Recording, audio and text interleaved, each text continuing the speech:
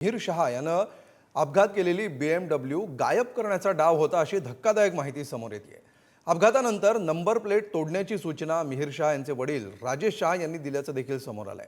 इतकंच नाही तर अपघातानंतर ही कारच गायब करण्याचा राजेश शहा यांचा डाव होता, मात्र पेट्रोलिंगच्या कारमुळे तो उधळला गेल्याचं समोर आलंय।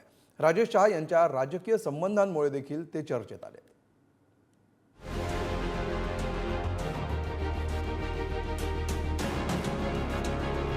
वरळीमध्ये 45 वर्षीय कावेरी नाखवा आणि त्यांच्या पतीला भरधाव BMW कारनं उडवून पळून जाणाऱ्या मिहिर शहाला अटक करण्यात आली आहे। मात्र या अपघातानंतर मिहिर शहाचे वडील राजेश शहा यांनी मुलाला वाचवण्यासाठी काय काय प्रयत्न केले याची धक्कादायक माहिती आता समोर येते।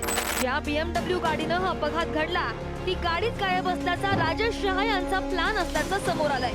नेमकं त्या रात्री काय घडलं? अपघातानंतर कावेरी गाडीखाली अडकल्या होत्या। मिहिरच्या BMWनं त्यांना 2 किलोमीटर फरफटत नेलं। वरळी सीलिंग जवळ गाडी थांबवून मिहिरनं ड्रायव्हर सोबत जागा बदलली। मिहिरचं या काळात राजेश शहा यांच्याशी फोनवरून बोलणं झालं। ड्रायव्हर बदलल्यानंतर कारनं कावेरी यांना चिरडत पुन्हा रिव्हर्स घेतला। गाडीचं इंजिन बंद।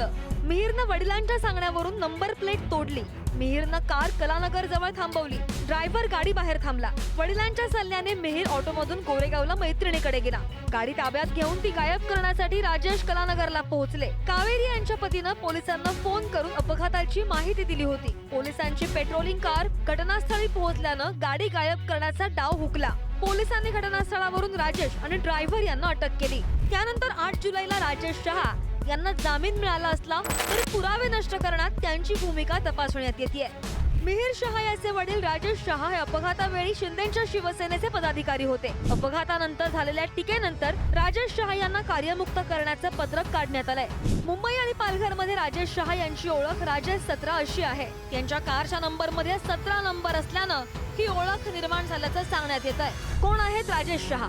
राजेश शहा हे एकनाथ शिंदेच्या शिवसेनेचे निकटवर्तीय आहेत। बविया सोडून 2000 साली शहा यांचा शिवसेनेमध्ये प्रवेश झाला।